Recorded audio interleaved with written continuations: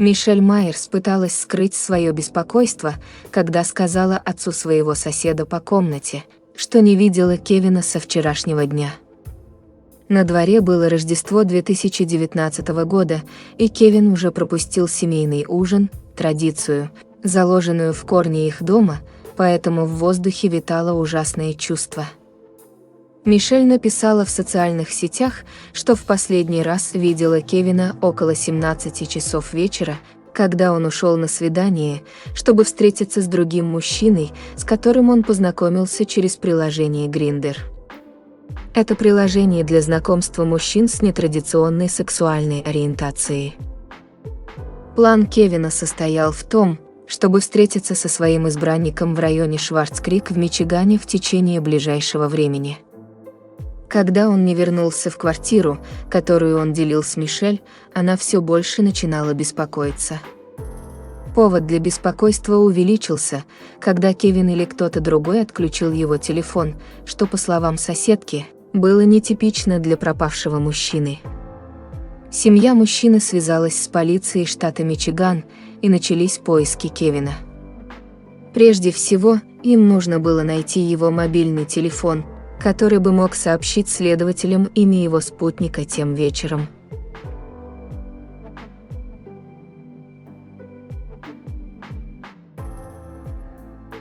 Это была довольно простая задача – отследить местонахождение Кевина. Когда детективы нашли его брошенную машину в городке Клейтон, они обнаружили внутри автомобиля его портмоне, сумку с одеждой и телефон. Просмотр истории сообщений в приложении Grindr показал, что мужчина общался с Марком Латунски, и, по словам детектива, разговор между двумя мужчинами по своей природе был интимного характера с сексуальным подтекстом. Быстрый поиск в базе данных выявил домашний адрес Марка Латунски. –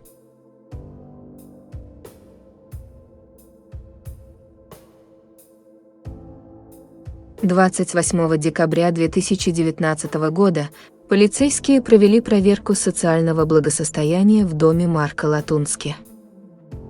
Марк определенно выглядел странно. Прогуливаясь по его дому, полицейский заметил то, что, по его мнению, было некой секретной комнатой, в которой он обнаружил ужасающее зрелище. В этой тайной комнате находился пропавший человек Кевин Бейкон, его тело было изуродовано, и он был мертв.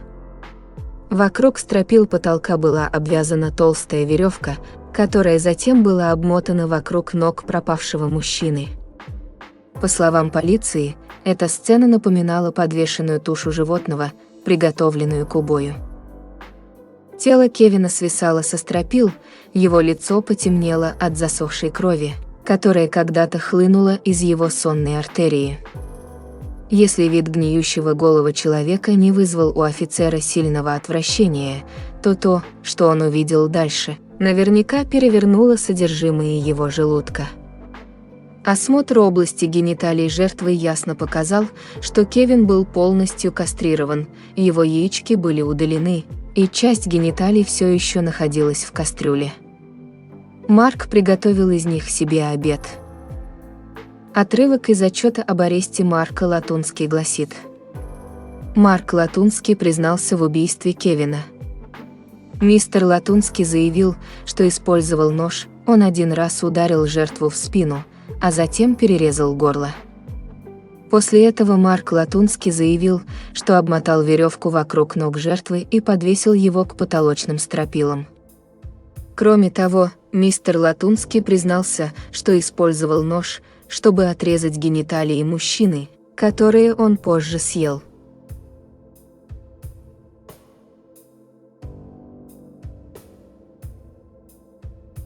На следующий день после того, как Марк Латунски кастрировал и убил Кевина, он провел весь день со своим бывшим мужем, который позже сказал полиции, что его бывший партнер вел себя абсолютно нормально, насколько это было возможно.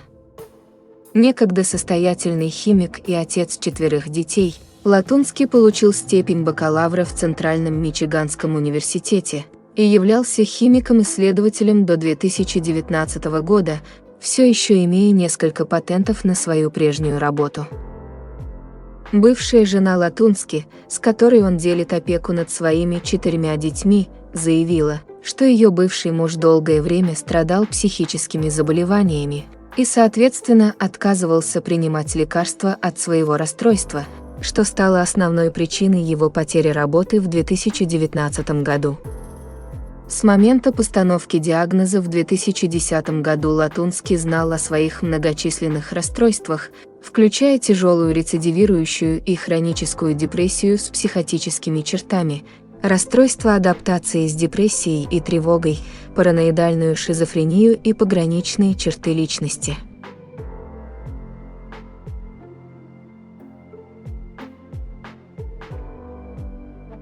Всего за 3 недели до того, как Марк Латунски должен был предстать перед судом по обвинению в убийстве и нанесении увечий, 22 сентября 2022 года он признал себя виновным в убийстве Кевина, но мужчина утверждает, что Кевин сказал ему, что он склонен к самоубийству. Латунски утверждает, что ему стало жаль проблемного человека и сказал ему, что он может помочь ему исчезнуть, на что Кевин согласился. Соответствует ли это повествование правде, а также судьба Марка Латунски, все это решится в ближайшие недели. Полиция думает, что это не единичный случай подобного поведения обвиняемого. Сосед Марка сообщил, что однажды в его дом постучал голый мужчина, на котором была кровь и который убегал от Марка и просил помощи. Полиция штата Мичиган прибыла через несколько минут и забрала истекающего кровью мужчину с собой. Против Латунски не было выдвинуто никаких обвинений в этом инциденте. На вопрос, почему он приготовил и съел яички Кевина, убийца из Мичигана просто ответил, что он любит есть устриц. А что думаете вы? Оставляйте ваши мысли в комментариях. Спасибо за внимание и до скорого.